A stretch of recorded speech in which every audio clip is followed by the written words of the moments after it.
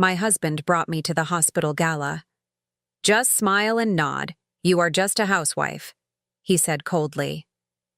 The anonymous donor arrived in a tuxedo.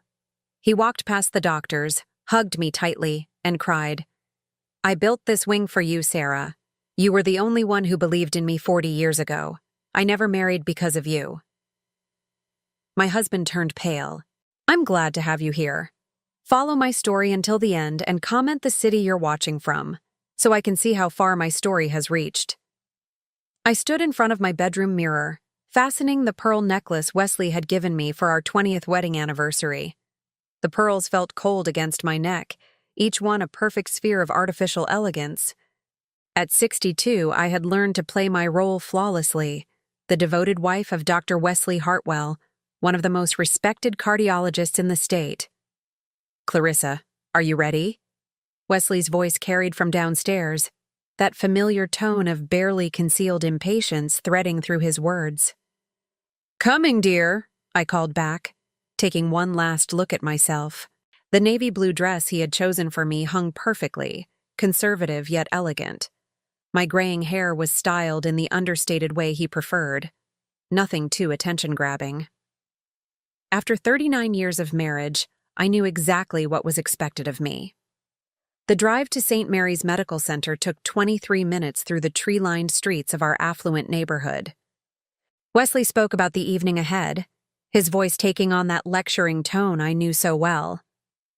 "This is an important night for the hospital," he said, his fingers drumming against the steering wheel of his black Mercedes. "The anonymous donor is finally revealing himself. $50 million for the new pediatric wing. It's unprecedented." I nodded appropriately, watching the familiar streets pass by. "That's wonderful, Wesley. The children will benefit so much." "Just remember," he continued, his voice dropping to that carefully controlled tone that always made my chest tighten. "Tonight isn't about us. You're there to support me, nothing more. Smile, nod when spoken to, and let me handle any medical conversations. These people don't need to hear opinions from a housewife," I finished quietly, the words leaving a bitter taste in my mouth. Wesley glanced at me, his expression softening slightly. "I didn't mean it like that, darling. You know I respect what you do at home. But tonight is business. Professional business. You understand, don't you?" I understood perfectly. I had understood for 39 years. The hospital's grand ballroom had been transformed into something from a magazine. Golden lights cast a warm glow over burgundy velvet drapes, and the scent of fresh roses mixed with expensive perfumes filled the air. A classical quartet played softly in one corner while waiters in crisp white jackets moved through the crowd carrying silver trays of champagne. Wesley immediately fell into his element, his shoulders straightening as colleagues approached to shake his hand. I watched him transform from the controlling husband I knew at home into the charming, respected doctor everyone else saw. It was a performance I had witnessed countless times, and I knew my part in it. "Dr. Hartwell," Dr. Patricia Lennox, the chief of internal medicine, approached with her husband in tow. She was a woman I had always found intimidating, brilliant, accomplished, everything I had once dreamed of being. "Wonderful to see you both," Wesley beamed, placing a possessive hand on my lower back. "Patricia, you know my wife, Clarissa." Dr. Lennox's smile was polite but distant. "Of course. How lovely to see you again, Clarissa. Still keeping busy with your garden club activities?" The dismissal in her voice was subtle but unmistakable. I had learned to recognize these moments, when my worth was measured solely by my relationship to Wesley, when my own thoughts and opinions became irrelevant. "The garden keeps me occupied," I replied with the practiced smile I had perfected over the decades. "How nice," Dr. Lennox said, already turning her attention back to Wesley. "So tell me about your latest research. I heard you're pioneering a new approach to minimally invasive procedures." I stood there, invisible once again, as they launched into medical terminology that I actually understood but was never allowed to contribute to. The irony wasn't lost on me. 40 years ago, I would have been the one asking those questions, sharing those insights. Elena, our housekeeper, had helped me dress tonight. As she fastened the pearl necklace, she had met my eyes in the mirror with that knowing look she sometimes gave me. Elena never spoke about what she observed in our house, but her silence said everything. She had seen Wesley's subtle put-downs, his ways of making me feel small, his constant reminders of my place in his world. "Mrs. Hartwell," Elena had said softly, "you look beautiful tonight, like the smart lady I know you are." The memory of her words warmed me now as I stood surrounded by the medical elite, feeling more alone than ever. The evening progressed predictably. Wesley introduced me to colleagues and donors, always with the same phrase, "This is my wife, Clarissa. She takes wonderful care of our home." Each introduction was a gentle reminder of my limited role, my narrow importance in his grand life. I excused myself to the ladies' room, needing a moment away from the careful smiles and polite dismissals. In the marble-lined bathroom, I stared at my reflection again. When had I become this person? When had I allowed myself to shrink so small that I nearly disappeared? The woman looking back at me had kind eyes but tired ones. She wore expensive clothes and perfect makeup, but there was something hollow about her, something missing. I thought about the young woman I had been at 22, full of dreams and ambition. Sarah Margaret Thompson, that was my name then, before I became Mrs. Wesley Hartwell. Sarah had wanted to heal people, to make a difference in the world. She had earned her way into medical school through pure determination and academic excellence. But Sarah had made a choice, or rather, Sarah had been convinced to make a choice.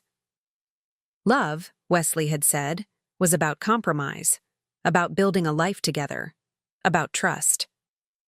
"Ladies and gentlemen," the hospital administrator's voice echoed through the ballroom as I returned. "If I could have your attention, please." The crowd quieted, all eyes turning toward the small stage where a microphone had been set up. Wesley found me immediately, his hand once again claiming its familiar position on my back. "Tonight marks a historic moment for St. Mary's Medical Center," the administrator continued. "Thanks to the extraordinary generosity of our anonymous benefactor, we will be breaking ground on a state-of-the-art pediatric wing that will serve our community for generations to come." Polite applause filled the room. I found myself genuinely moved by the gesture. $50 million dedicated to helping sick children was truly remarkable. "And now," the administrator said, his smile widening, "I'm pleased to announce that our generous donor has agreed to reveal his identity tonight." The applause grew more enthusiastic. Beside me, Wesley straightened, his professional curiosity clearly piqued. "Ladies and gentlemen, please join me in welcoming Mr. Harrison Mitchell, founder and CEO of Mitchell Pharmaceuticals." The name hit me like a physical blow. Harrison Mitchell. After 40 years, I heard that name and felt something inside my chest crack open. The crowd parted as a man in an impeccably tailored black tuxedo made his way toward the stage. He was tall, distinguished, with silver hair and the kind of confident bearing that came from success earned rather than inherited. But it was his eyes that made my breath catch, those same intelligent, caring eyes I remembered from a lifetime ago.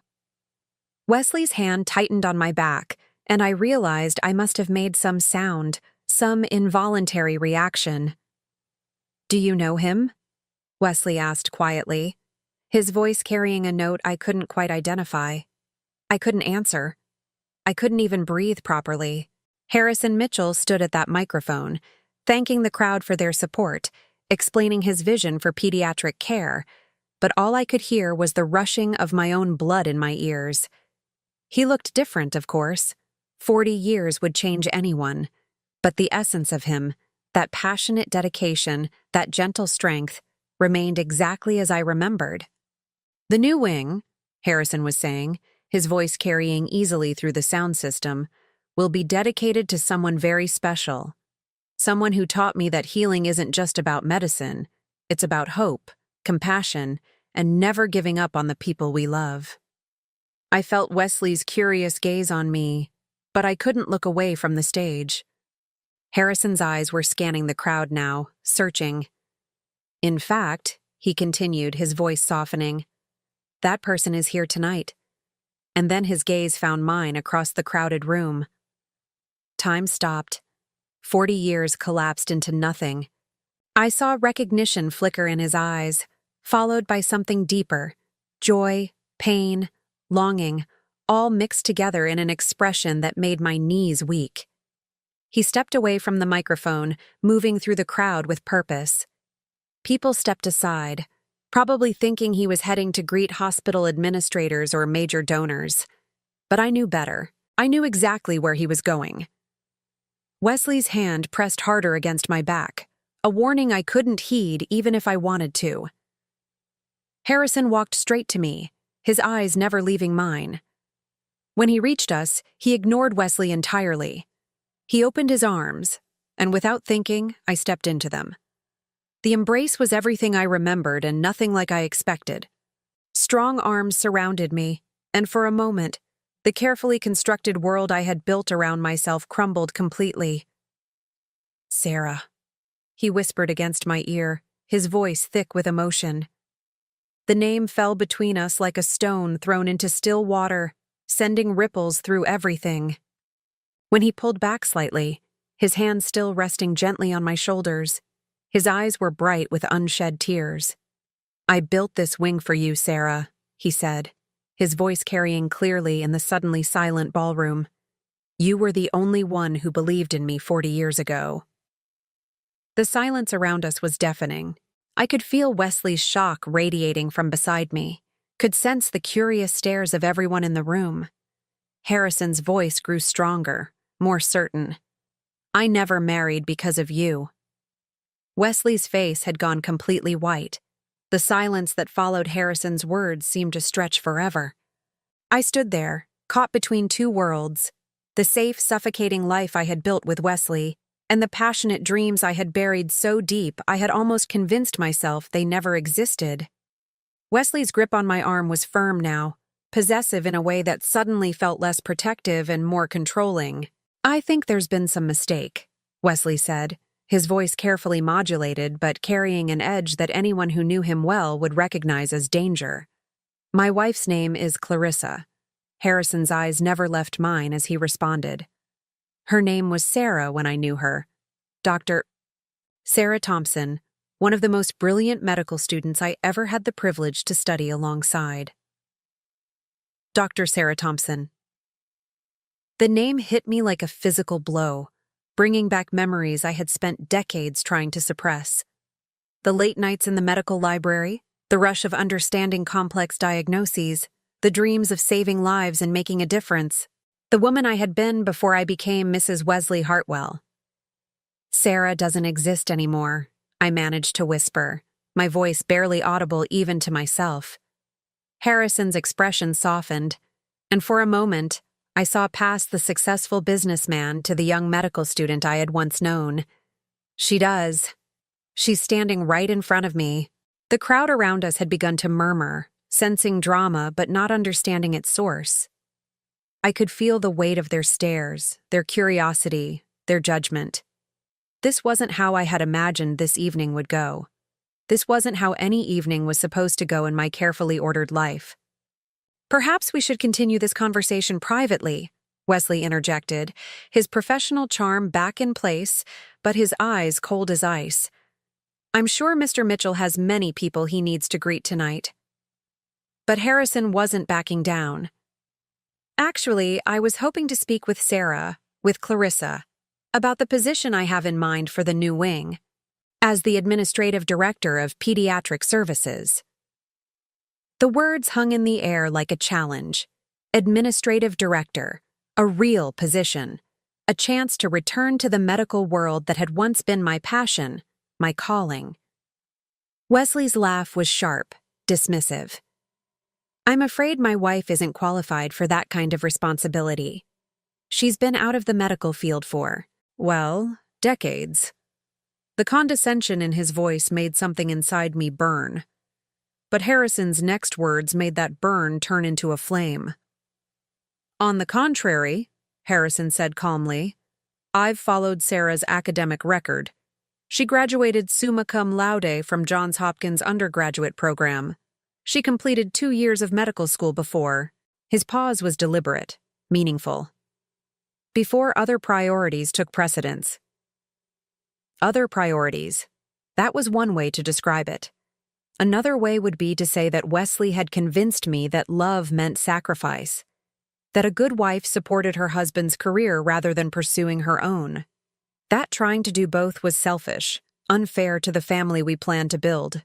"Medical school was a long time ago," I said quietly, though part of me wanted to scream that I still remembered every anatomy lesson, every diagnostic procedure I had learned.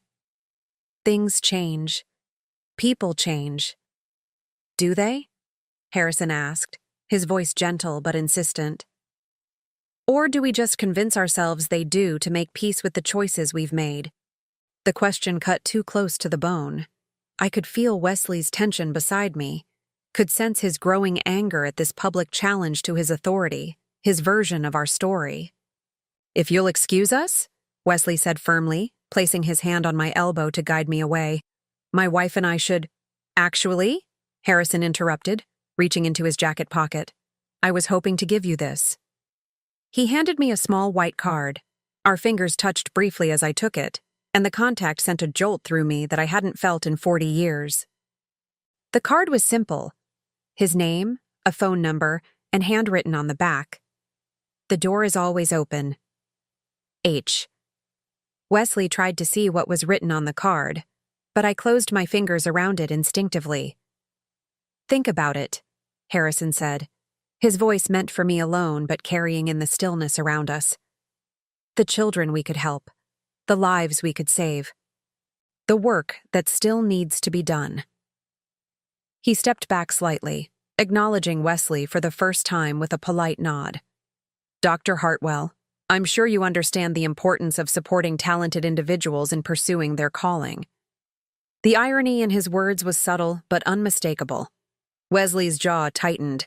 "My wife's calling," Wesley said with forced civility, "has been to support my medical practice and manage our home.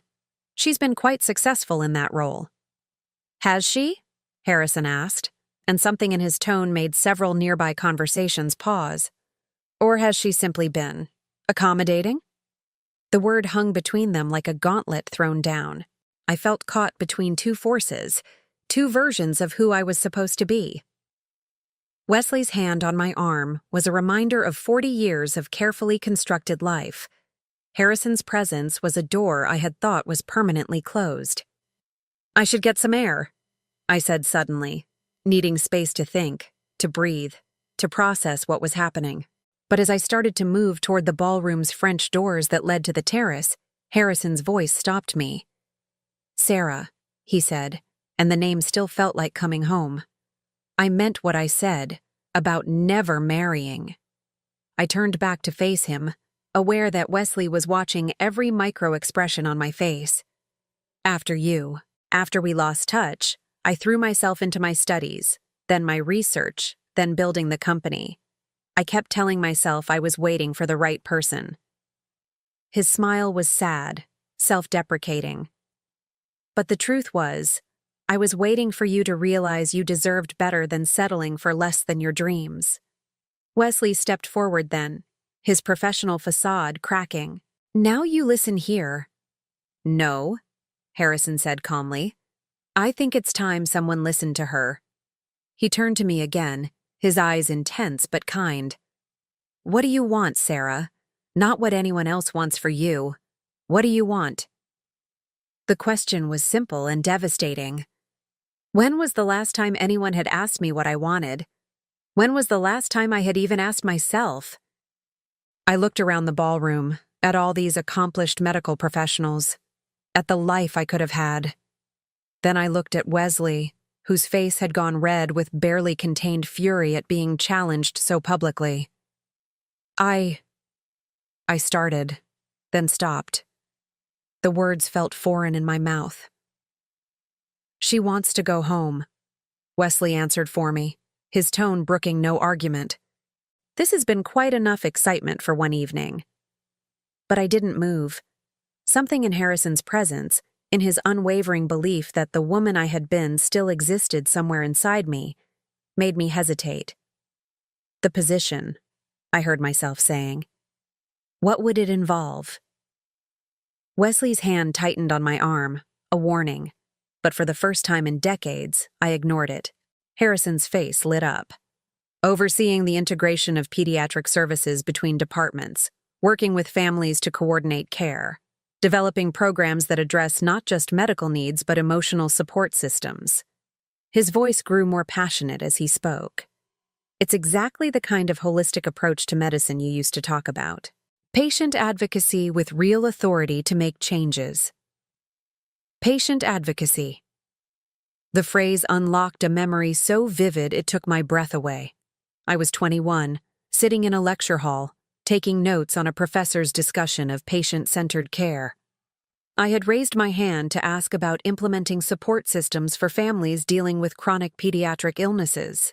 The professor had praised my question, said it showed the kind of thinking that would make me an excellent physician. Wesley had been in that same lecture hall that day. It was where we met, actually. He had approached me afterward, impressed by my question, charmed by my passion for helping children.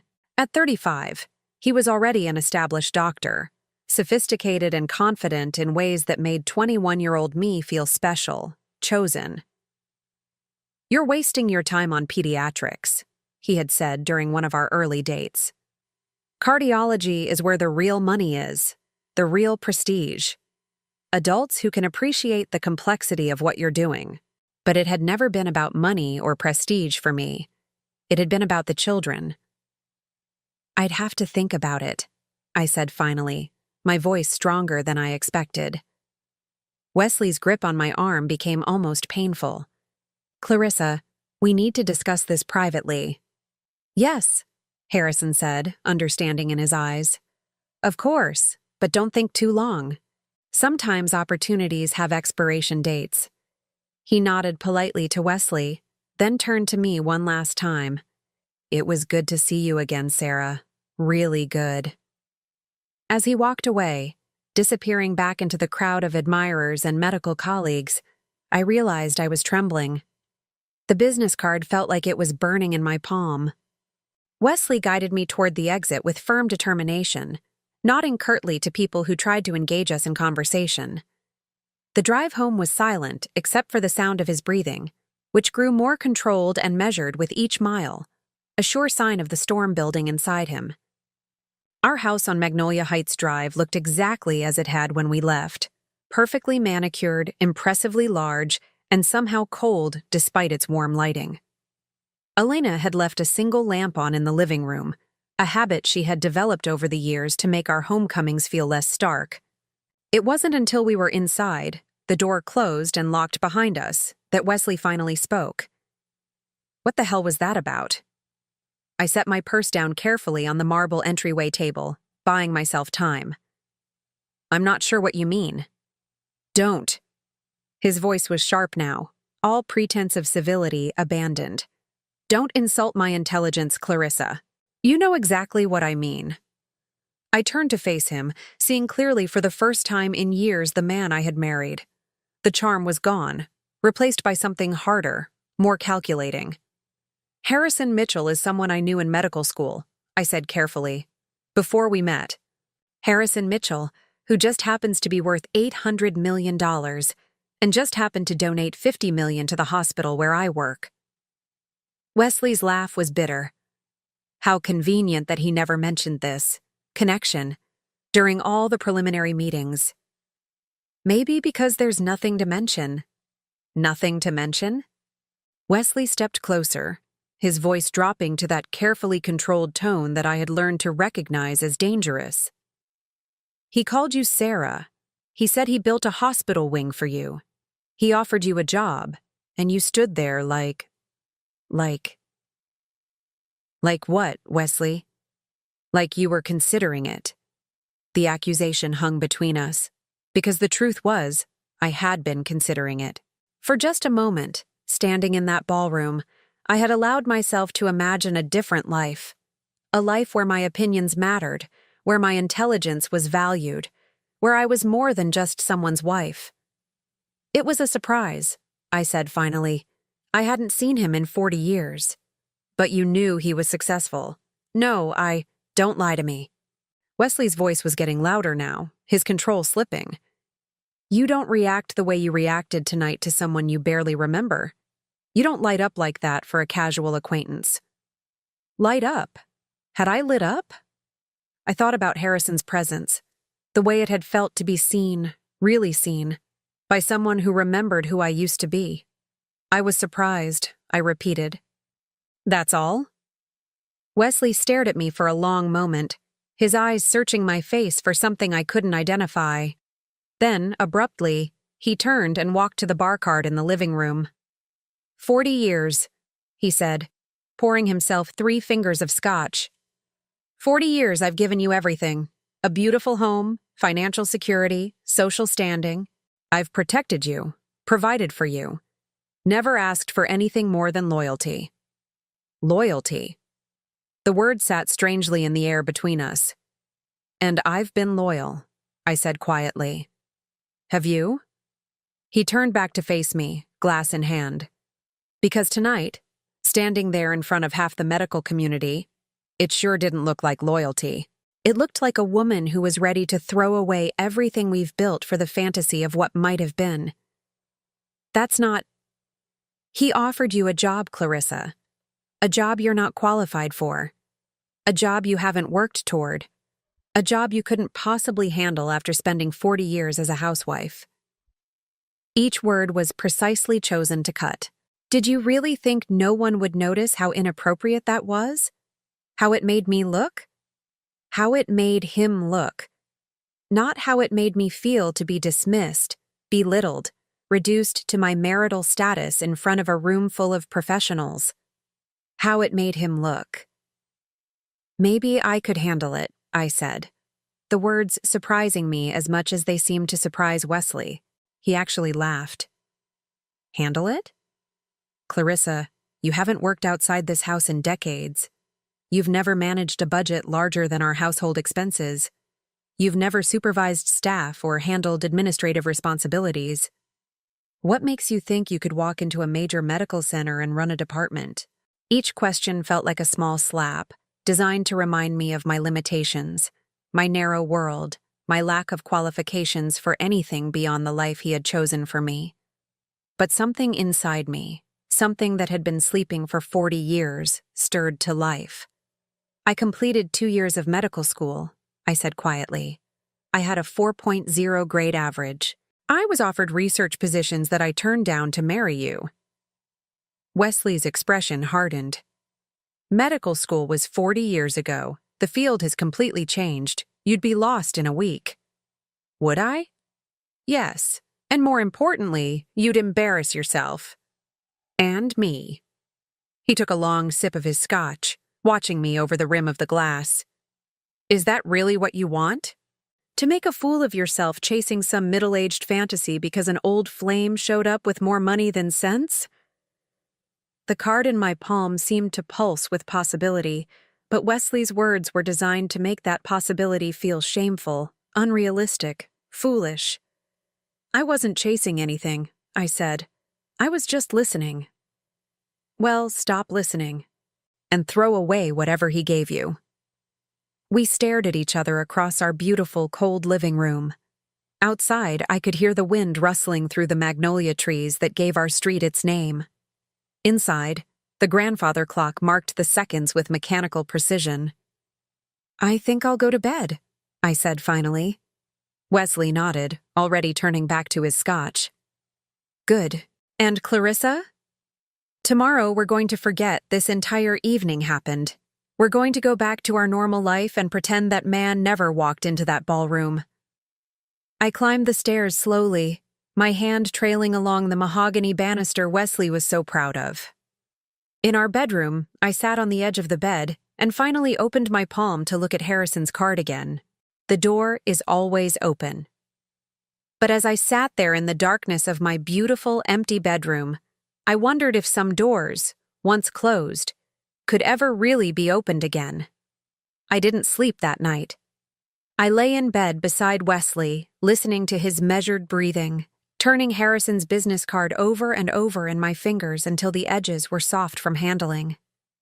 Every time I closed my eyes, I saw his face at the gala. Older, distinguished, but with the same passionate intensity I remembered from our medical school days. Sarah Margaret Thompson. I hadn't heard that name spoken aloud in 40 years, but hearing it had awakened something in me that I thought was dead and buried. When dawn finally crept through our bedroom curtains, I slipped quietly out of bed and padded down to the kitchen.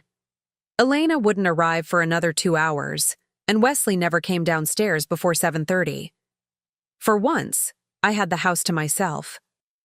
I made coffee with shaking hands and sat at our granite kitchen island, staring out at the garden I had spent years perfecting. Every flower, every shrub, every carefully planned border was a testament to the life I had built with Wesley. Beautiful, controlled, and ultimately, empty. The coffee was bitter, or maybe that was just the taste of regret in my mouth. I found myself remembering things I had forced myself to forget. Like the way Harrison used to study, completely focused, but always ready to help anyone who was struggling. He had this gift for explaining complex concepts in ways that made them crystal clear. More than once, he had helped me through particularly difficult anatomy or pharmacology problems, but it was more than his academic brilliance that had drawn me to him. Harrison genuinely cared about his future patients in a way that went beyond textbook knowledge. He would stay after lectures to ask professors about cutting-edge research, not to show off, but because he was genuinely passionate about finding better ways to heal people. Wesley, even then, had been different. Polished, confident, already thinking like an established doctor rather than a student still learning. When he approached me after that lecture on patient-centered care, he hadn't been interested in discussing the medical concepts. He had been interested in me. "You're wasting your passion on pediatrics," he had told me during our third date, as we sat in an expensive restaurant I never could have afforded on my student budget. Children can't appreciate the complexity of medical intervention the way adults can. There's no intellectual challenge there. I had tried to explain that it wasn't about intellectual challenge for me. It was about helping the most vulnerable patients, the ones who couldn't advocate for themselves. But Wesley had smiled that indulgent smile and changed the subject. The sound of footsteps on the stairs pulled me back to the present. Wesley appeared in the kitchen doorway, already dressed in his perfectly pressed shirt and tie, his silver hair styled exactly the way it had been for the past 20 years. "You're up early," he observed, moving toward the coffee maker. "Couldn't sleep." He poured his coffee with the same precise movements he brought to everything in his life. "I'm not surprised. Last night was challenging." Challenging. That was one word for it. Wesley sat across from me at the island, his expression carefully neutral. "I've been thinking about what happened at the gala, about your reaction to seeing that man." "Harrison," I said quietly. "His name is Harrison." Wesley's jaw tightened almost imperceptibly. "Yes, Harrison Mitchell. I did some research this morning." Of course he had. Wesley never left anything to chance, never entered any situation without gathering all available information. "He's quite successful," Wesley continued, his tone conversational but with an undercurrent I couldn't quite identify. "Built Mitchell Pharmaceuticals from nothing after completing his residency. Never married, no children. Devoted his entire life to his work." The way he said it made it sound like a character flaw, a life half-lived. "Obsessive personalities often struggle with personal relationships," Wesley added, taking a sip of his coffee. "Too focused on their own ambitions to really invest in other people." I said nothing, but something inside me bristled at his characterization of Harrison. The man I remembered had been anything but obsessive or selfish. He had been driven, yes, but always in service of something larger than himself. "I also made some calls about this supposed job offer," Wesley continued. My coffee cup stopped halfway to my lips. "What kind of calls?" "I spoke with Dr. Patterson, the hospital administrator. Apparently, Mr. Mitchell did mention wanting to hire someone to oversee the integration of pediatric services, but it was just a passing comment.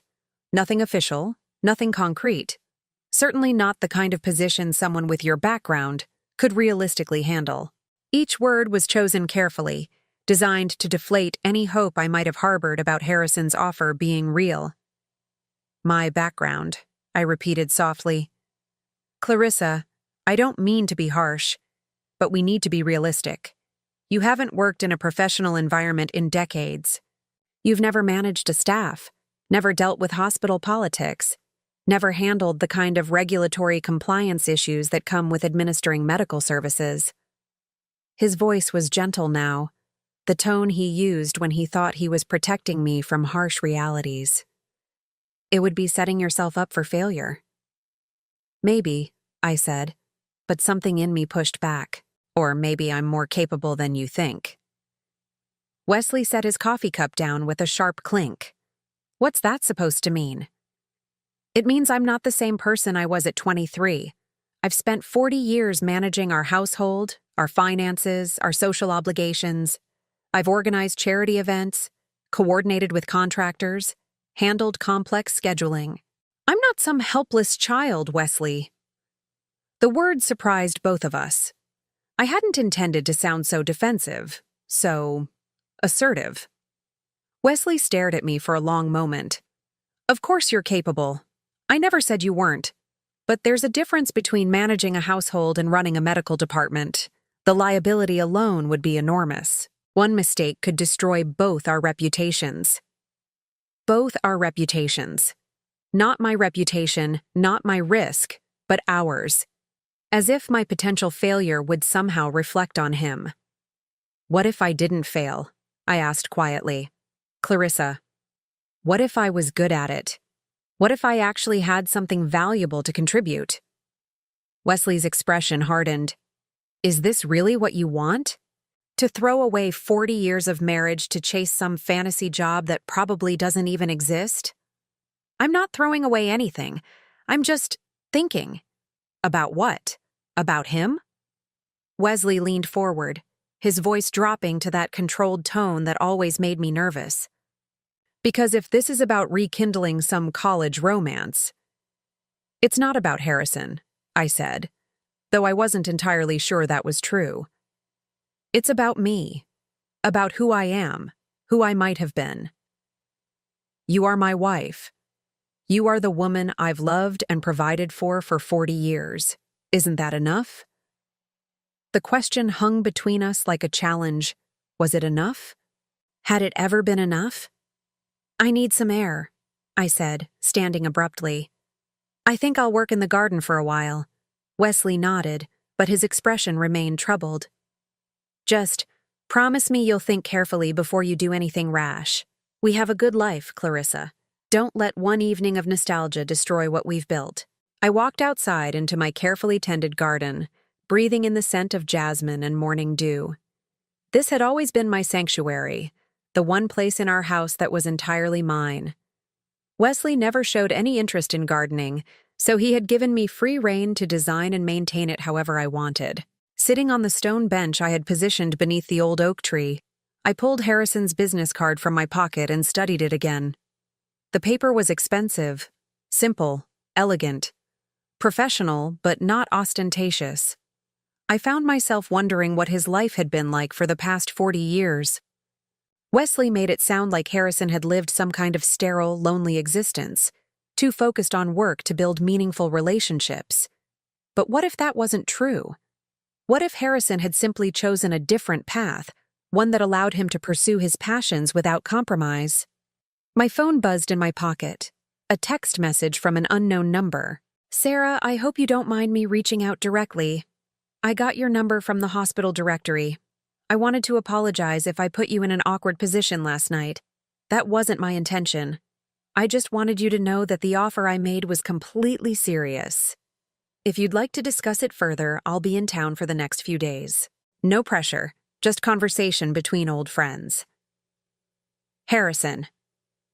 I read the message 3 times, my heart racing. He had called me Sarah again, and he was serious about the job offer. I started to type a response, then stopped, then started again. Harrison, it was good to see you too. The offer is unexpected. I'm not sure what to think. I deleted that and tried again. I appreciate you reaching out. Last night was overwhelming. Delete. Thank you for the message. I would like to talk.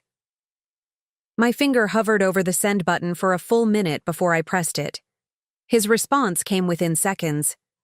Would you like to have coffee this afternoon? There's a small cafe called Rosemary's on Elm Street. Very quiet, very private. 2 o'clock? I knew Rosemary's. It was a little independent coffee shop in the Arts District. The kind of place Wesley would never think to look for me. The kind of place where two old friends could have a conversation without becoming the subject of gossip. I'll be there, I typed before I could change my mind.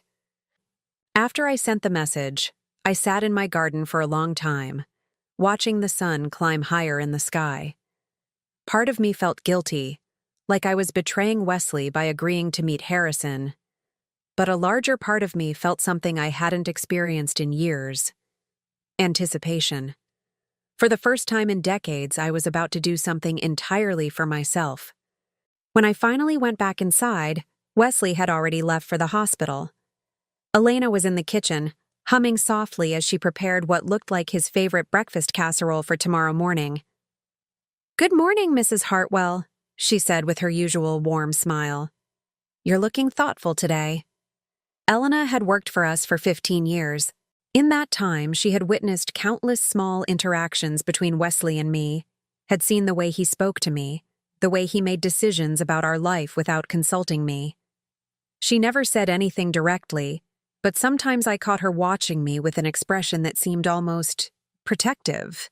"Elena," I said impulsively, "what do you think about people who make big changes later in life?" She paused in her food preparation, considering the question seriously. "I think life is too short to spend it being someone you're not," she said finally. My grandmother. She was 65 when she left my grandfather and moved to Mexico to open a restaurant. Everyone said she was crazy, too old, too late. But she lived 15 more happy years doing what she loved. "Weren't you worried about her, making such a big change so late?" Elena smiled. "I was more worried about what would happen if she didn't make the change. Sometimes staying is scarier than leaving, you know?" Her words stayed with me as I went upstairs to shower and change. Standing in my walk-in closet, surrounded by the carefully chosen wardrobe Wesley preferred, understated, elegant, age-appropriate, I found myself reaching for something different. Instead of my usual conservative blouse and slacks, I chose a soft blue sweater that brought out my eyes and a pair of jeans I rarely wore. Nothing dramatic, nothing that would draw attention, but something that felt more like me. As I was getting dressed, my eyes fell on a box tucked away on the top shelf of the closet. I had to use the step stool to reach it, but when I opened it, I found exactly what I was looking for. My medical school textbooks. I had saved them when we moved into this house 40 years ago, telling Wesley I might want to reference them someday. He had rolled his eyes and said it was silly to keep outdated medical texts, but he had allowed me to store them in the attic. At some point over the years, I had moved them to my closet, though I couldn't remember exactly when or why. I pulled out my old anatomy text and flipped through pages I had once known by heart. My own handwriting filled the margins, notes, questions, insights I had recorded as a 20-year-old student, passionate about learning everything I could about the human body. The young woman who had written those notes seemed like a stranger to me now. She had been so confident, so certain of her purpose, so unafraid to ask questions and challenge assumptions. What had happened to her? I knew the answer, of course. She had fallen in love with a charming, established doctor who had convinced her that love meant sacrifice. That a good wife supported her husband's career rather than pursuing her own. That trying to do both was selfish. But sitting there with my old textbook in my hands, I wondered if that young woman was really gone, or if she was just buried beneath 40 years of carefully learned helplessness. At 1:45, I stood in front of my bathroom mirror, applying lipstick with hands that trembled slightly. I looked different somehow. Not younger, exactly, but more present, more alive. As I was leaving the house, Elena called out from the kitchen. "Mrs. Hartwell, you look beautiful today, like yourself." Like myself. When was the last time anyone had said that to me? The drive to Rosemary's Cafe took 12 minutes through tree-lined streets I rarely traveled. This part of town was more bohemian than our neighborhood, with art galleries and independent shops, and people who looked like they had chosen their own paths rather than following predetermined scripts. I found a parking spot across from the cafe and sat in my car for a moment, gathering courage. Through the large windows, I could see Harrison already seated at a corner table, reading what looked like a medical journal. Even after 40 years, he still had that same focused intensity I remembered. Taking a deep breath, I got out of the car and walked across the street. The bell above the cafe door chimed as I entered, and Harrison looked up immediately. His face lit up with a smile that was both familiar and completely new. "Sarah," he said, standing to greet me. "Thank you for coming." As he pulled out my chair, I realized that Wesley had never done that, never treated me with that kind of thoughtful courtesy. "I wasn't sure I would," I admitted as I sat down. "But you did. That says something." The barista came over to take our order. A latte for me, black coffee for Harrison. Some things apparently never changed. When we were alone again, Harrison leaned forward slightly, his expression serious but kind. "I owe you an apology," he said. "Last night, I let my emotions get the better of me. I shouldn't have put you in such an awkward position in front of your husband and all those people." "You were honest," I said quietly. "That's not something I'm used to." Something flickered across his face. Concern, maybe, or understanding. "Tell me about your life, Sarah. The real version, not the public one." The question was so simple, so direct, that it caught me off guard. When was the last time someone had asked me about my life? About what I wanted, what I thought, what I felt? "I don't know if there is a real version anymore," I said finally. "I've been Mrs. Wesley Hartwell for so long. I'm not sure who Sarah is." "She's sitting right across from me," Harrison said gently. "I can see her."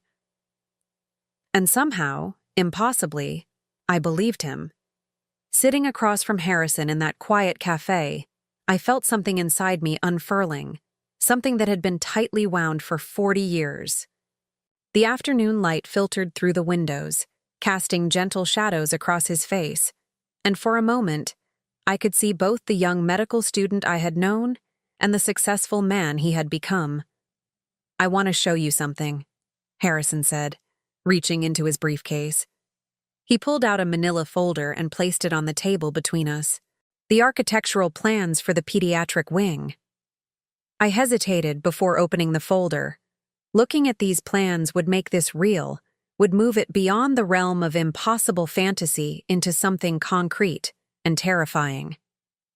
"Go ahead," Harrison encouraged gently. "I designed it with you in mind."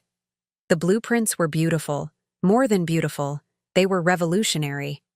Instead of the sterile, intimidating medical environment I expected, these plans showed warm, welcoming spaces with natural light, family areas integrated into treatment rooms, and what looked like play spaces woven throughout the clinical areas. "This section here," Harrison pointed to a cluster of rooms near the main entrance, "is what I envision as the Family Advocacy Center, a place where someone could coordinate care between departments, help families navigate the system, ensure that no child falls through the cracks." As he talked, his passion was evident. This wasn't just a building project for him. This was a vision of healing that went beyond medical intervention to encompass the whole human experience of illness and recovery. "It's exactly what you used to talk about in school," he continued. "Remember that paper you wrote on integrative pediatric care? About treating the child and the family as a unit, rather than just focusing on the diagnosis?" I did remember. I had spent weeks researching that paper, interviewing families, observing in pediatric wards. It had been one of the proudest academic achievements of my young life. Wesley said that paper was a waste of time, I found myself saying. He said I was being too emotional about medicine, that successful doctors needed to maintain professional distance. Harrison's expression darkened slightly. Professional distance has its place, but medicine without compassion isn't medicine. It's just technical repair work. I traced my finger along the architectural lines, seeing in them everything I had once dreamed of accomplishing. This is incredible, Harrison. But I don't understand why you think I could run something like this.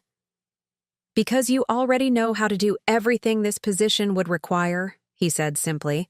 You know how to listen to people, how to coordinate complex schedules, how to advocate for what's right even when it's not convenient. You've been doing it for 40 years. You just haven't been getting paid for it. His words hit something deep inside me. All those years of organizing Wesley's professional life, managing our household staff, coordinating his complex schedule of surgeries and conferences and social obligations. It had been like running a small business. But I had never thought of it that way. There's something else, Harrison said, his voice growing quieter. Something I need to tell you about why I really built this wing. I looked up from the plans, sensing a shift in his mood. After you. After we lost touch, I threw myself into my studies. Graduated at the top of my residency class. Got accepted into a prestigious fellowship program. I told myself I was moving on, building the career we had both dreamed of. He paused, staring out the cafe window. But every patient I treated, every research project I undertook, every business decision I made, part of me was thinking about what you would say, how you would approach the problem. Harrison, let me finish, he said gently. I never married because I kept comparing everyone to you. Not to who you were at 22, but to who I knew you could become, the brilliant, compassionate doctor you were meant to be. The confession hung between us, heavy with 40 years of what-ifs and might-have-beens. You can't build a life around someone who doesn't exist anymore, I said softly. But you do exist. You're sitting right here. His eyes met mine, intense and certain. Sarah, I've spent 4 decades building something I hoped would be worthy of the woman who believed I could change the world when I was just a struggling medical student. I felt tears threatening and blinked them back. That's a lot of pressure to put on someone. It's not pressure. It's possibility. Harrison reached across the table and gently touched my hand. I'm not asking you to be someone you're not. I'm asking you to remember who you are. His touch sent a jolt through me, not of attraction exactly, but of recognition. The feeling of being seen, really seen, by someone who remembered when I had dreams of my own. Tell me about the job, I said, needing to focus on something concrete, something manageable. Harrison's face lit up. The administrative director position would involve coordinating care between pediatric subspecialties, developing family support programs, and overseeing the integration of new services. You'd work directly with department heads to ensure seamless patient experiences. As he described the role, I found myself mentally organizing the challenges, thinking through solutions, feeling that old excitement of tackling complex problems. The salary would be $150,000 annually to start, Harrison continued, with full benefits and opportunities for advancement based on performance. $150,000. I tried to process that number. Wesley gave me a monthly allowance of $2,000 for personal expenses, treating it like generous largesse. The idea of earning my own salary, having my own financial independence, was both thrilling and terrifying. What about my lack of recent experience? I asked. That's why we'd start with a 6-month trial period. You'd shadow the current interim director, attend department meetings, get familiar with hospital systems. No pressure, no permanent commitment unless we're both confident it's working. A trial period. A chance to dip my toe in the water without diving off a cliff. I'd need to think about it, I said, though part of me wanted to say yes immediately. Of course. But Sarah, there's something else you should know. Harrison's expression grew serious. I did some research after I saw you last night. I wanted to understand what happened after medical school, how you ended up where you are. My stomach tightened. What kind of research? I still have contacts at Johns Hopkins. I asked about your academic record. His jaw tightened slightly. Did you know that you were accepted into the pediatric residency program at Children's Hospital? Full funding. Fast track to attending physician status. The words hit me like a physical blow. That's not. Wesley said I wasn't accepted anywhere. He said my grades weren't strong enough for competitive programs. Harrison's eyes filled with something like anger. Your grades were excellent. Top 5% of your class. The residency director specifically mentioned you as one of the most promising candidates they'd seen. The cafe seemed to spin around me. But I never got an acceptance letter. The letters were sent to your home address, the same address where you were living with Wesley after your engagement. Understanding crashed over me like a wave. Wesley had intercepted my acceptance letters. He had lied to me about my prospects, convinced me that my medical career was a dead end, also that I would choose marriage over my dreams. "Oh my God," I whispered. Harrison leaned forward, concern clear on his face. "I'm sorry. I debated whether to tell you. But I thought you deserved to know. He lied to me." The words came out flat, emotionless, because the full weight of the betrayal was too large to process all at once. For 40 years, he let me believe I wasn't good enough. "Sarah!" He stole my life. My voice was getting louder, and other cafe patrons were starting to glance in our direction. He deliberately sabotaged my career and then spent 4 decades making me feel grateful for the sacrifice. Harrison reached across the table and took my hand again, his touch steady and grounding. "I know this is devastating. I know it changes everything. But it also means something important. You were never the failure he convinced you that you were." I stared down at his hand covering mine, trying to absorb the magnitude of what I had just learned. All those years of Wesley's subtle put-downs, his reminders that I wasn't qualified for professional work, his insistence that he was protecting me from a world I couldn't handle, all of it built on a foundation of lies. "What do I do with this information?" I asked, my voice barely above a whisper. "That's up to you. But Sarah, you have options now. You have proof that you were never meant to be just someone's wife. You were meant to be a doctor, a healer, someone who makes a difference in the world." The weight of possibility was almost overwhelming. For 40 years, I had accepted Wesley's version of events, his explanation of why my dreams had to be sacrificed for our marriage. But if he had been lying, if I had been capable all along. "I need to go," I said suddenly, standing up from the table. "I need to think about this."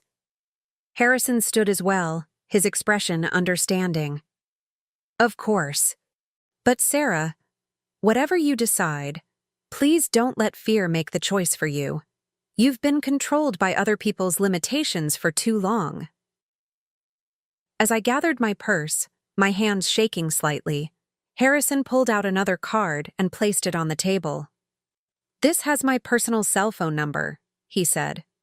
"Call me if you want to talk, day or night. And if you decide you want to tour the hospital, see what we're building, the offer stands." I picked up the card, noting the difference between this one and the business card he had given me the night before. This one was handwritten, more personal, more intimate. "Thank you," I managed to say. "For the coffee, for the honesty, for everything. Thank you for coming. For giving me a chance to explain?" He paused, then added softly, "It's been 40 years since I've felt this hopeful about anything." The drive home passed in a blur of emotions.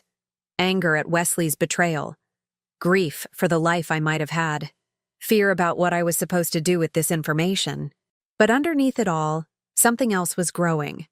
A tiny flame of possibility that had been extinguished for so long I had forgotten it ever existed.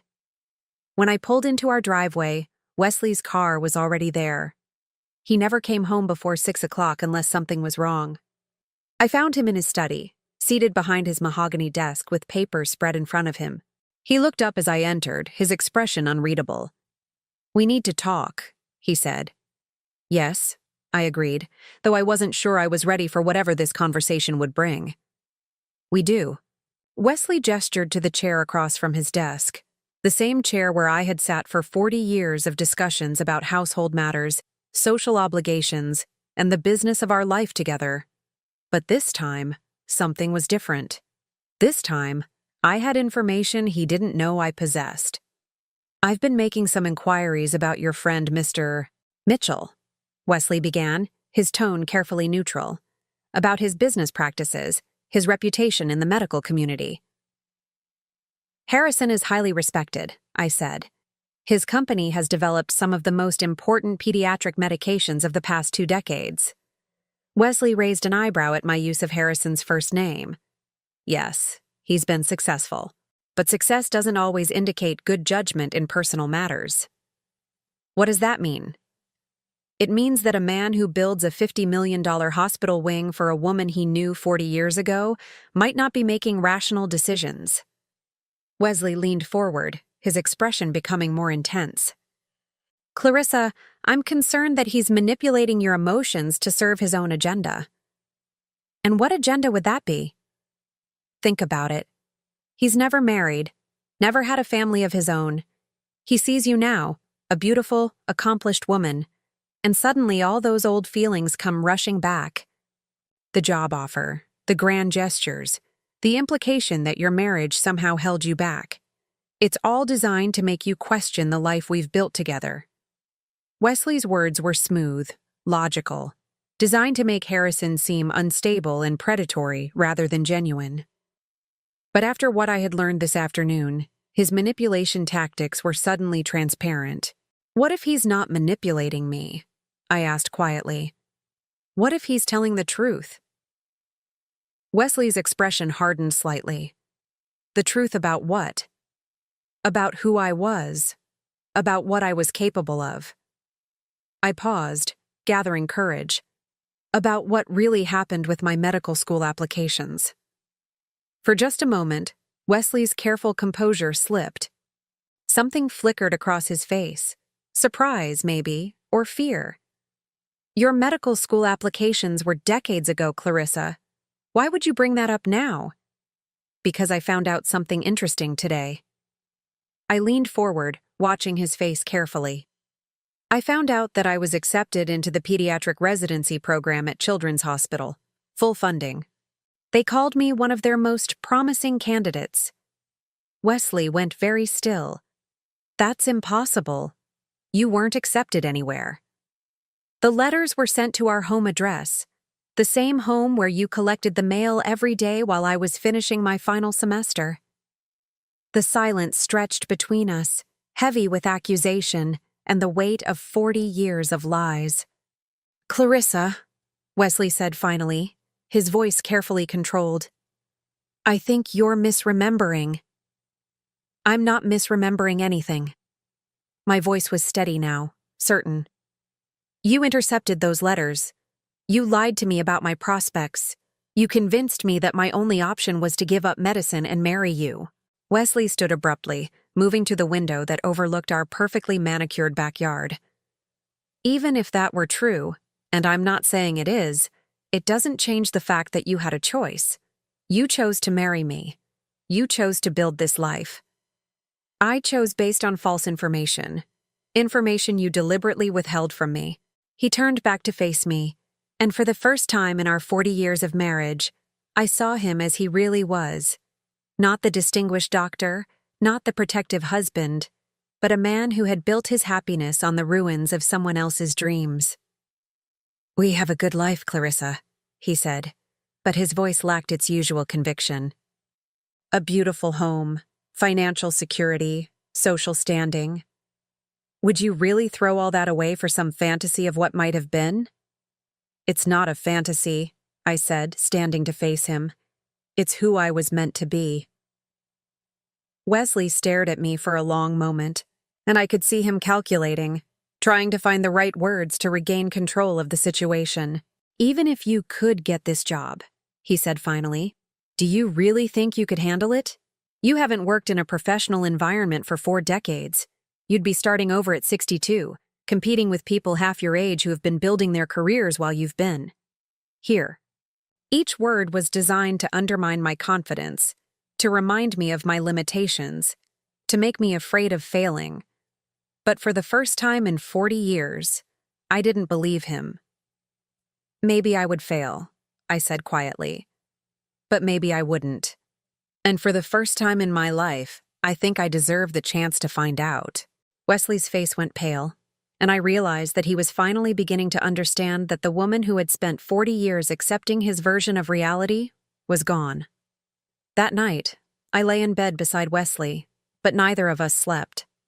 The space between us felt like an ocean, vast, cold, and impossible to cross. He had tried to continue the conversation after my declaration in his study, but I had walked away. For the first time in our marriage, I had simply turned my back on him and left the room. Now, in the darkness, I could feel him watching me, calculating his next move. Wesley had never been a man who accepted defeat easily, especially when it came to controlling the narrative of our life together. Clarissa, he said finally, his voice cutting through the silence. We need to resolve this. I didn't respond.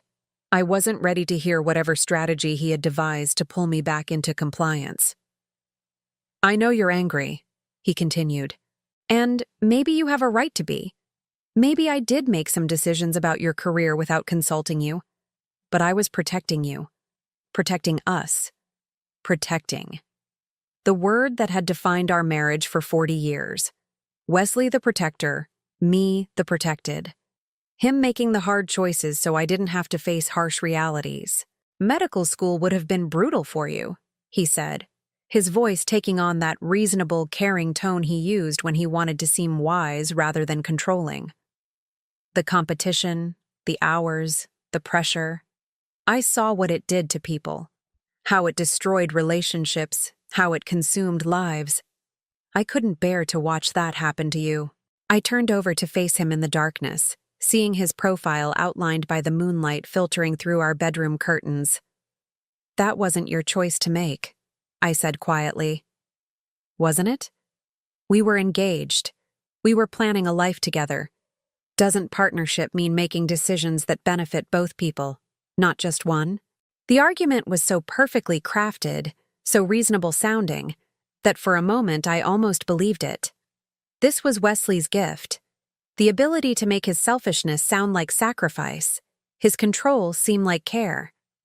But I had spent the afternoon with someone who had known me when I was strong, when I was capable, when I believed I could change the world.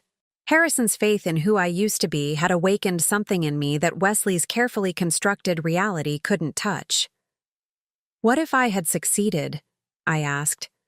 What if medical school had been challenging but not impossible? What if I had thrived? Wesley was quiet for a long moment. But you might not have. And failure would have devastated you. So you made sure I never had the chance to find out. I made sure you never had to risk everything on an uncertain outcome. His voice grew softer, more intimate. Clarissa, I loved you. I wanted to build a life with you. Medical school would have delayed that for years, maybe made it impossible. We would have been apart during your residency, struggling financially, never seeing each other. Is that really what you wanted? The question hung between us, and I realized he was still doing it, still trying to convince me that his version of events was the only reasonable one, that my dreams had been naive fantasies that would have led to disappointment. But I remembered the young woman who had written those careful notes in her medical textbooks, who had stayed up all night studying because she was passionate about learning how to heal people. That woman hadn't been naive. She had been focused, determined, capable of handling whatever challenges came her way. I'll never know what I wanted, I said finally, because you didn't give me the choice. Wesley sighed, the sound heavy with what seemed like genuine regret. Maybe you're right. Maybe I should have told you about the acceptance letters, let you decide for yourself. But Clarissa, that was 40 years ago. We can't change the past. We can only decide what to do with the future. Yes, I agreed. We can. Something in my tone must have warned him because Wesley sat up slightly, trying to see my face in the darkness. What does that mean? I took a deep breath, knowing that what I was about to say would change everything between us irrevocably. It means I'm going to take the job Harrison offered me. The silence that followed was so complete I could hear the grandfather clock chiming midnight downstairs. You can't be serious, Wesley said finally. I'm completely serious. Wesley turned on the bedside lamp, flooding our bedroom with harsh light. His face was a mixture of disbelief and anger, his carefully maintained composure finally cracking.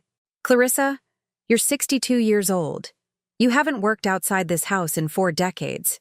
You have no experience with hospital administration, no understanding of medical politics, no idea what you'd be walking into. Then I'll learn. You'll embarrass yourself, and me. His voice was getting louder now, losing the controlled tone he usually maintained. Do you have any idea what people will say? That my wife is having some kind of midlife crisis, chasing after an old lover, making a fool of herself trying to reclaim her lost youth? Let them talk. Wesley stared at me as if I had become someone he didn't recognize. This isn't you, Clarissa. This isn't who you are. No, I said, sitting up to face him directly. This is exactly who I am. You just spent 40 years making sure I forgot. Wesley got out of bed, pacing to the window and back, his agitation obvious. This is about him, isn't it? About Harrison Mitchell. He's manipulating you, using your emotions to get what he wants. And what does he want, Wesley? What could he possibly gain from offering me a job? Revenge, Wesley said immediately. Revenge against me for marrying you, against you for choosing me over him. He wants to destroy our marriage as payback for losing you 40 years ago. The accusation was so absurd, so clearly a projection of Wesley's own manipulative tendencies onto Harrison, that I almost laughed. Or maybe, I said calmly, he just believes I'm capable of doing good work. Based on what? A conversation you had as college students? A few minutes at a hospital gala? Wesley's voice was becoming increasingly desperate. Clarissa, successful people don't make $50 million decisions based on nostalgia. There has to be an ulterior motive. Maybe his ulterior motive is wanting to work with someone who shares his vision for pediatric care. Maybe it's wanting to give talented people opportunities they deserve. Maybe not everything is a conspiracy. Wesley stopped pacing and stared at me. You really believe that, don't you? You actually think you can walk into one of the most prestigious medical centers in the country and succeed in a senior administrative position with no relevant experience? I don't know if I can succeed, I said honestly. But I know I want to try. And if you fail, if you crash and burn spectacularly, what then? Then I'll deal with the consequences, like an adult. The words hit their target. Wesley flinched, recognizing his own tendency to treat me like a child who couldn't handle difficult realities. What about us? He asked finally, his voice quieter now. What about our marriage? It was the question I had been dreading, the one I didn't have a good answer for. I don't know, I admitted. But I know I can't keep living the way we've been living. I can't keep pretending that being protected is the same thing as being loved. Wesley sat down heavily on the edge of the bed, suddenly looking older than his 67 years. I do love you, he said softly. Maybe I haven't always shown it the right way, but everything I've done has been because I love you. I know you believe that, I said gently. But love doesn't steal someone's choices from them. Love doesn't require one person to disappear so the other can shine. We sat in silence for a long time, the weight of 40 years of accumulated misunderstanding settling between us. So what happens now? Wesley asked finally. Now I call Harrison and tell him I accept his offer. I start the trial period and see if this is something I can actually do. And if I ask you not to? if I tell you this will destroy our marriage? I looked at him, really looked at him, seeing not the distinguished doctor or the controlling husband, but a man who was genuinely afraid of losing the life he had built. Then I would say that a marriage that can't survive one partner pursuing their dreams was never a real marriage to begin with. Wesley's face crumpled slightly, and for a moment, I felt sorry for him. He had gotten so comfortable with the power dynamic between us that he couldn't imagine a relationship where we were equals. "I need some air," I said, getting out of bed. "I'm going to sit in the garden for a while." Wesley didn't try to stop me. As I left the bedroom, I could hear him on the phone with someone, probably his brother or one of his medical colleagues, seeking advice on how to handle his suddenly rebellious wife. Outside, the October night was crisp and clear. I sat on my stone bench beneath the oak tree, looking up at stars that seemed brighter somehow than they had in years. In my pocket, Harrison's personal business card seemed to pulse with possibility. I pulled out my phone and stared at his number for a long time before finally typing a text message. "Harrison, I've made my decision. I would like to accept the position you offered. When can we start?" I hit send before I could change my mind. His response came within minutes, despite the late hour. "Sarah, I'm thrilled. Can you meet me at the hospital tomorrow morning at 9? I'll give you a tour of the new wing, introduce you to key staff members. This is going to be wonderful." I smiled, feeling something I hadn't experienced in decades, excitement about my future. "I'll be there," I typed back. As I was putting my phone away, the French doors to the house opened and Elena appeared, wearing a robe and slippers. "Mrs. Hartwell?" I heard voices. "Is everything all right?" Elena had her own small apartment above our garage, but she had always been protective of me in ways that went beyond her job description. More than once over the years, I had suspected she stayed late or came early just to make sure I was okay. "Everything is fine, Elena. Actually, everything is better than fine." I looked at her kind, worried face. "I got a job." Elena's eyes widened. "A job? What kind of job?" "At the hospital, working with children and their families." Even saying it out loud felt surreal. Elena sat down beside me on the bench, her expression shifting from concern to something like pride. "That's wonderful, Mrs. Hartwell. You'll be so good at that work." "You think so?" "I know so. I've watched you for 15 years. The way you care for people, the way you solve problems, the way you make everything better for everyone around you. Those children will be lucky to have you." Her faith in me was unexpected and deeply moving. "Thank you, Elena. That means more to me than you know." We sat together in comfortable silence, watching the stars. Finally, Elena spoke again. "What about Dr. Hartwell? Is he happy about your new job?" I considered how to answer that question honestly. "Dr. Hartwell is concerned about changes to our routine," I said finally. Elena nodded knowingly. Change is hard for some people, especially when they're used to things being a certain way. "Yes, it is." But you know what my grandmother used to say? She said that a bird in a cage might feel safe, but it never learns to fly." Her words hit me with unexpected force. "Your grandmother sounds like a wise woman."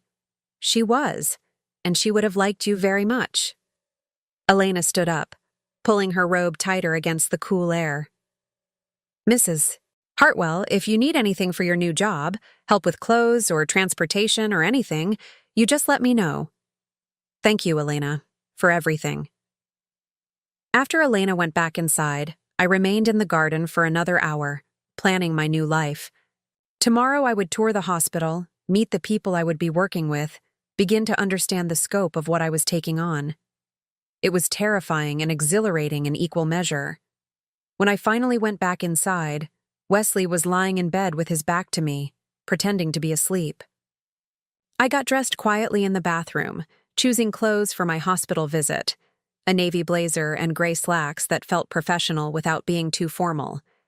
As I was leaving the next morning, I found a note from Wesley on the kitchen counter. "Clarissa, I hope you'll reconsider this decision. We have built something beautiful together. Don't let an old fantasy destroy what's real. I folded the note carefully and put it in my purse, not as a keepsake but as a reminder.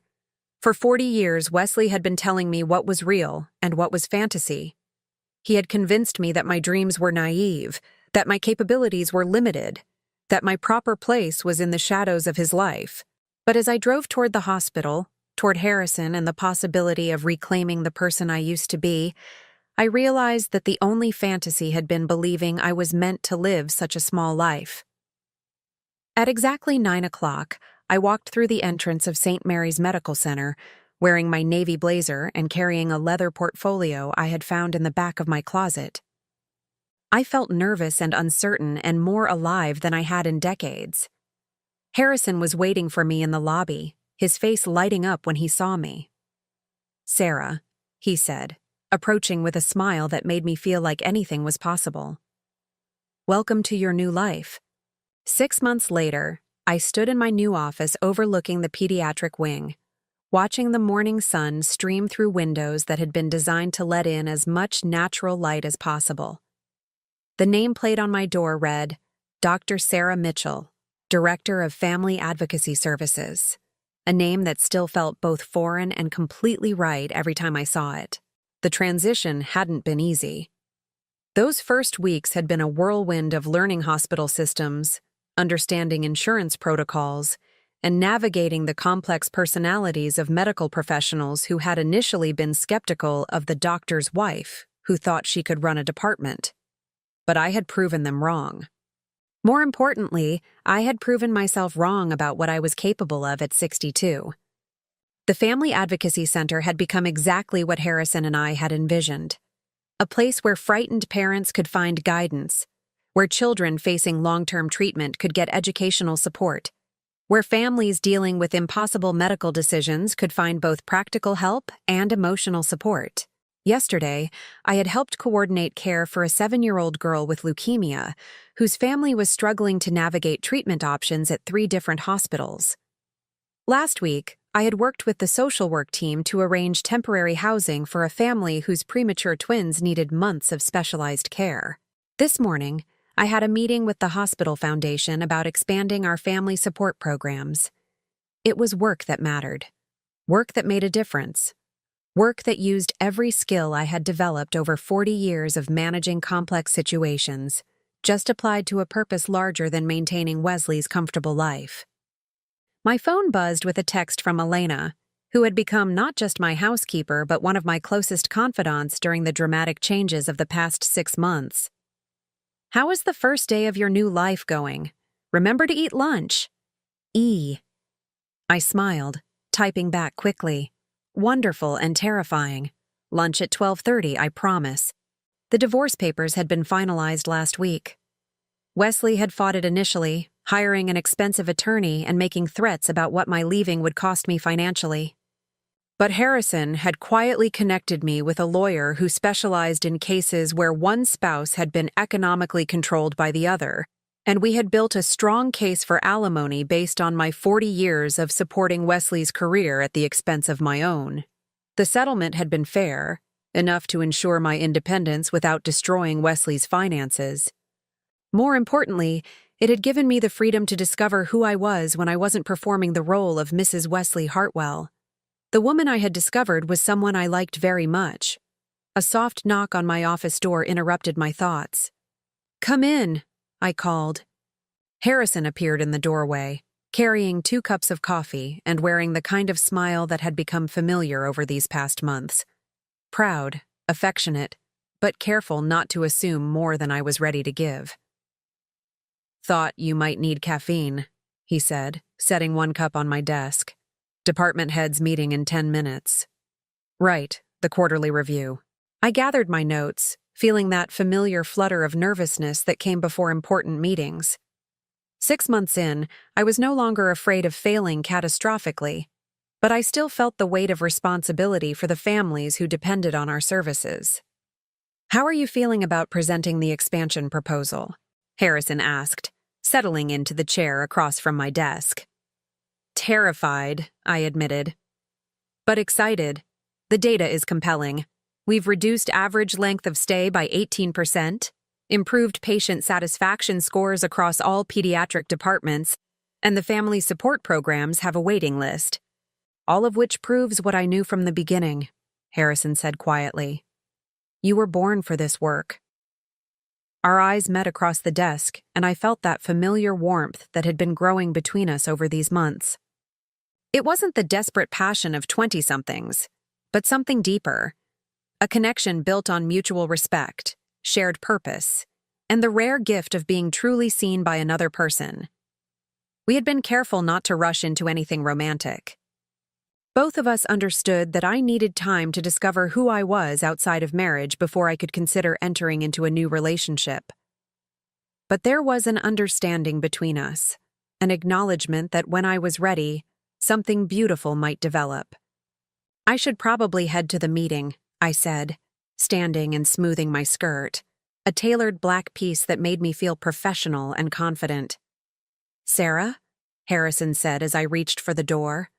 Whatever happens in there, remember that you've already succeeded beyond everyone's wildest expectations, including mine. The department heads meeting went better than I had dared to hope. Dr. Patricia Lennox, who had initially been one of my harshest critics, actually complimented the efficiency of our new family coordination protocols. The Chief of Staff approved my expansion proposal unanimously, allocating an additional $200,000 for new staff positions and extended hours. As I walked back to my office afterward, I passed by the portrait gallery that lined the hospital's main corridor.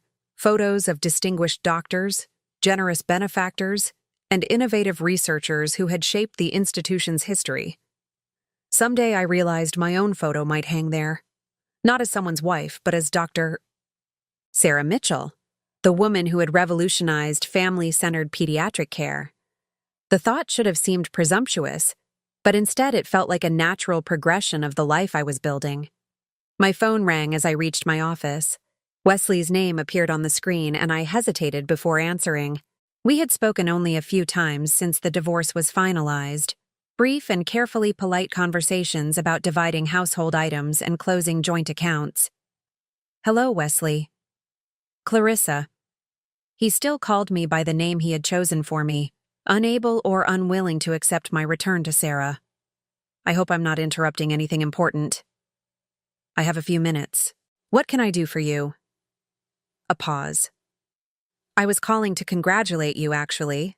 I heard about your expansion proposal being approved. Patricia Lennox mentioned it at a medical society meeting. I was surprised by the genuine warmth in his voice. Thank you. That's unexpected. I know we haven't parted on the best terms, Wesley continued. And I know I made mistakes in our marriage, big mistakes. But seeing what you've accomplished these past 6 months, I'm proud of you, Clarissa. Really proud. The admission caught me off guard. This was the closest Wesley had ever come to acknowledging that he had been wrong about my capabilities. I appreciate that, Wesley. I know this hasn't been easy for either of us. No, it hasn't. Another pause. For what it's worth, I think I finally understand why you had to leave. I spent 40 years trying to keep you safe from failure, but I never gave you the chance to succeed. The insight was more than I had expected from him, a level of self-awareness that suggested real growth. We both did the best we could with what we knew at the time, I said gently. I don't regret our marriage, Wesley, but I don't regret leaving it either. I hope you're happy. Really happy. I am. For the first time in a very long time, I am. After we hung up, I sat in my office for a long time, looking out at the children's garden that had been part of Harrison's original design. Families moved through the space, parents pushing strollers, siblings playing on specially designed equipment, teenagers sitting together on benches, all of them dealing with the stress of having a sick child, but finding moments of normalcy in this carefully created space. This was what I did now. I created spaces, both literal and metaphorical, where healing could happen not just for patients, but for entire families. A knock on my door brought me back to the present. "Come in." Harrison appeared again, but this time his expression was different, excited, almost nervous. "Do you have dinner plans tonight?" he asked. "Nothing special. Why?" "Because I have something I want to show you. Something I've been working on for a while." Curiosity piqued, I agreed to meet him at 7 o'clock at an address he wrote on a piece of paper. It was in the Arts District, not far from the cafe where we had that first conversation 6 months ago. That evening, I drove through the tree-lined streets of the Arts District, passing galleries and independent shops and restaurants filled with people who looked like they had chosen their own paths. When I reached the address Harrison had given me, I found myself in front of a beautifully restored Victorian house with a small brass plaque beside the front door. Harrison was waiting on the front porch, his expression mixing excitement with something that looked like vulnerability. "What is this place?" I asked, climbing the steps to meet him. "Read the plaque," he said softly. I looked down at the brass nameplate. "The Sarah Thompson Foundation for Medical Education, providing scholarships for students pursuing careers in pediatric medicine." I stared at the plaque, trying to process what I was seeing. "Harrison, what did you do?" "I established a foundation in your name. Your real name." His words came out in a rush, as if he had been rehearsing them. "It will provide full scholarships for students who want to specialize in pediatric medicine, but can't afford medical school. Especially students from underserved communities, first-generation college graduates, people who might otherwise never have the chance." I felt tears building in my eyes. "You used my maiden name. Because that's who you were when you inspired me to believe that medicine could change the world. Sarah Thompson, the brilliant student who believed that healing required both scientific excellence and deep compassion." He opened the front door, revealing a beautiful interior that had been converted into offices and meeting spaces. The walls were lined with photos of medical students, scholarship recipients, and young doctors who were already making a difference in pediatric care. "The foundation has already funded 12 full scholarships," Harrison continued, his voice growing stronger. "4 of those students have completed their residencies and are now practicing pediatric medicine in rural communities that desperately need them."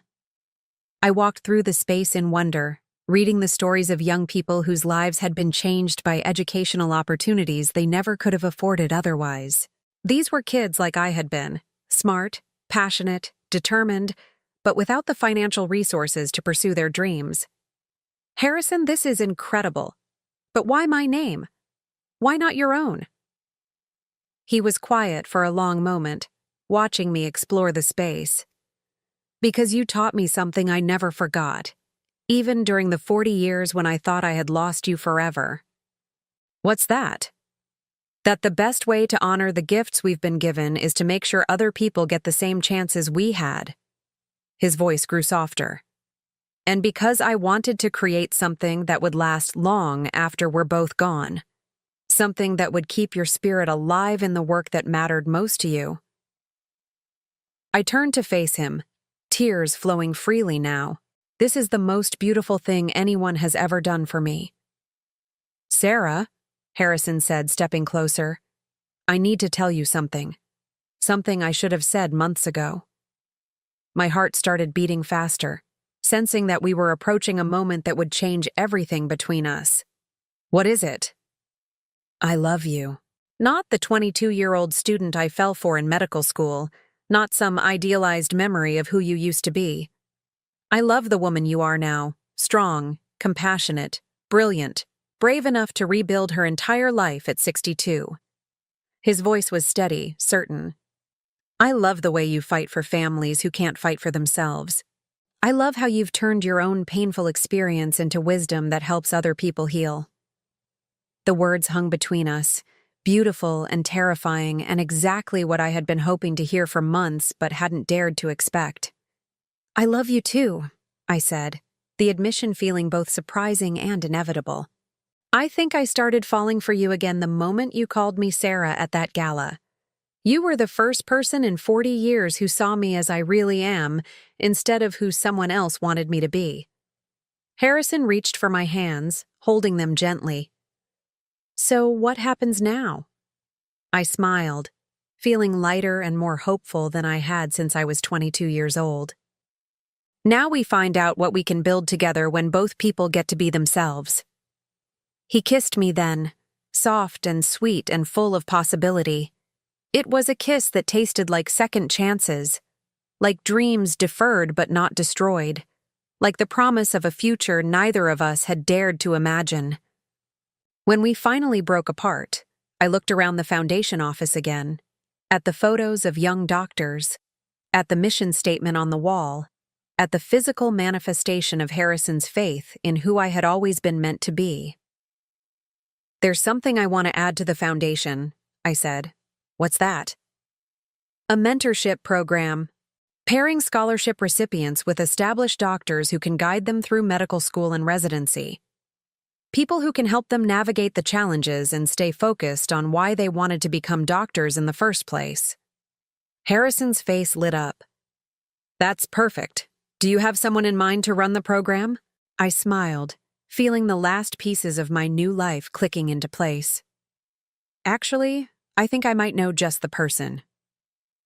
As we left the foundation that night, walking hand in hand down the tree-lined street, I realized that my story wasn't one of revenge or dramatic confrontation.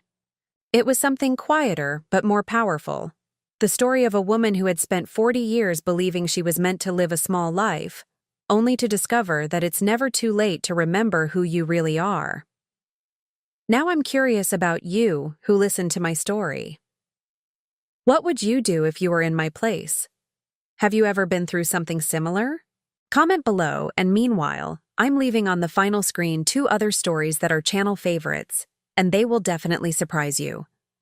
Thank you for watching until here. For watching until here. For watching until here. For watching until here. For watching until here. For watching until here. For watching until here.